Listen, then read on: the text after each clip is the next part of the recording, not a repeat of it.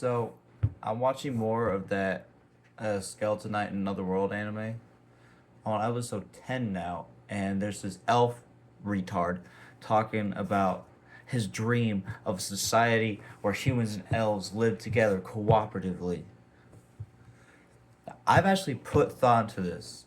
Like, with playing D&D for a while and watching things like Lord of the Rings, Freerun, and a bunch of animes, the standard is roughly anywhere from a 10 to 1 or a 100 to 1 ratio of lifespans, where a human would live 60 years, an elf would live probably like 600 to 6,000 years. Like, it's the what between different universes it ranges, but roughly it's around there. I don't believe that in an open free market society, elves and humans could work together without there being, at a minimum, some sort of union for humans. Because if you think about it, as a businessman, from a purely business perspective, if you were looking at two applicants, one was a human at 20 years old, and one was an elf at 200, who would you choose to perform your job, the job that you're trying to fill? Like, I would choose the elf because he's going to live longer, so he's going to be able to do it longer, and he's going to be able to do it better longer because he's going to be youthful for an extended period of time compared to humans.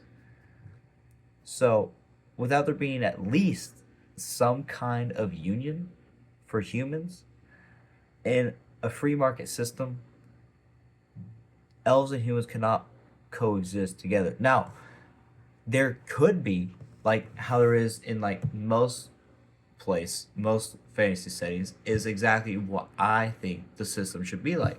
It should be a community of elves and a community of humans that have free trade and commerce between two communities.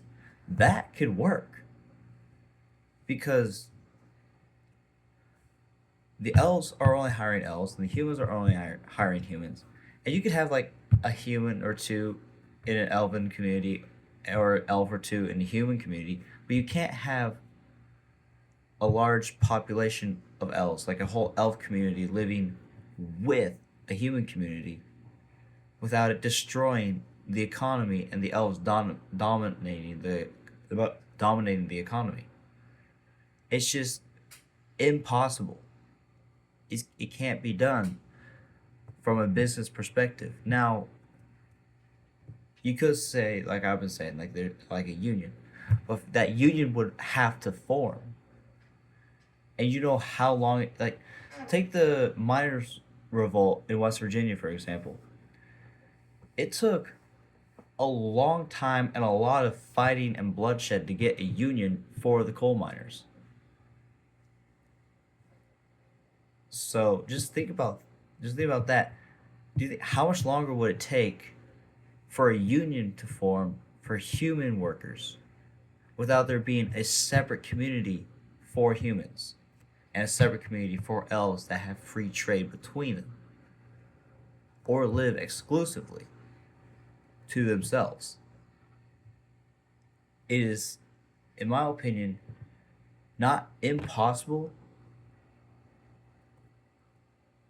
but highly unlikely, and for at least the first at least couple centuries at max, or several decades at minimum, will be a lot of bloodshed and growing pains trying to get a union set up for humans and other people like beast humans or um what whatever the other name is for them. Like they have several names like half and half, so like they're half breeds. They're not animals, they're not humans, like they're a human with cat ears and a tail. You know what I'm talking about. Like even they tend to have, depending on the animal, a longer or a shorter lifespan, or just they period have a longer lifespan because they have the animals and the humans lifespan. Now that I believe would be more doable because their lifespan isn't as grand. There isn't as grand a gap between a human lifespan and a beast human's lifespan as there is between a human and an elf. Like if we take Freerin for example, if we do the math, like the rough guesstimation we can, Freerin is roughly 9,000 years old, and she looks like 20, maybe. Probably like just turned 18. You know, like she looks very young, and she's like 9,000 years old. It's insane. Cause she looked like she was roughly like 12-ish when we see her in the flashbacks with Flama, and when we see her now, she looks to be around 18. And there was a 1,500-year gap, so I forget exactly how the math went, but came out to roughly between 9 and 10,000 years old. This is this is why I don't think having elves and humans coexisting can work. It can't. The elves just live too damn long. It's insane.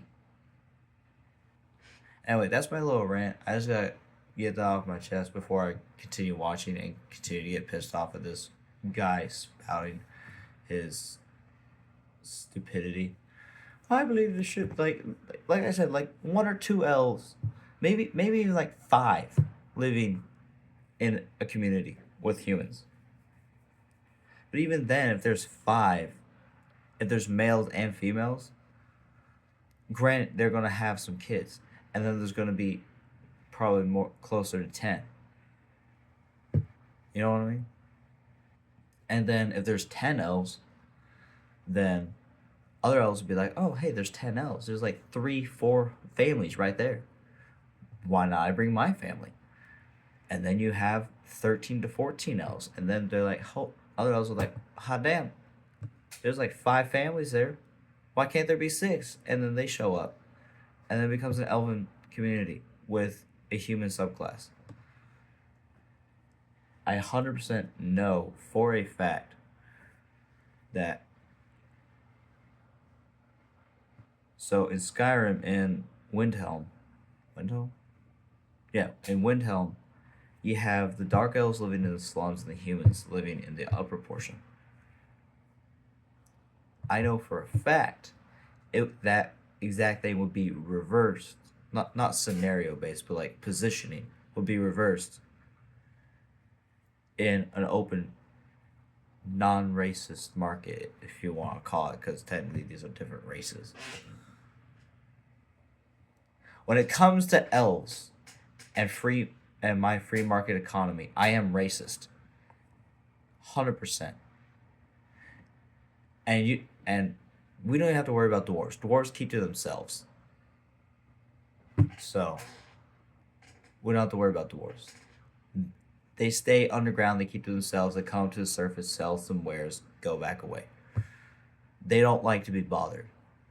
Which is honestly the reason I like them so much. And I what's the word? I feel for them better. Because I don't want to be left alone half the time. I mean, that's my rant.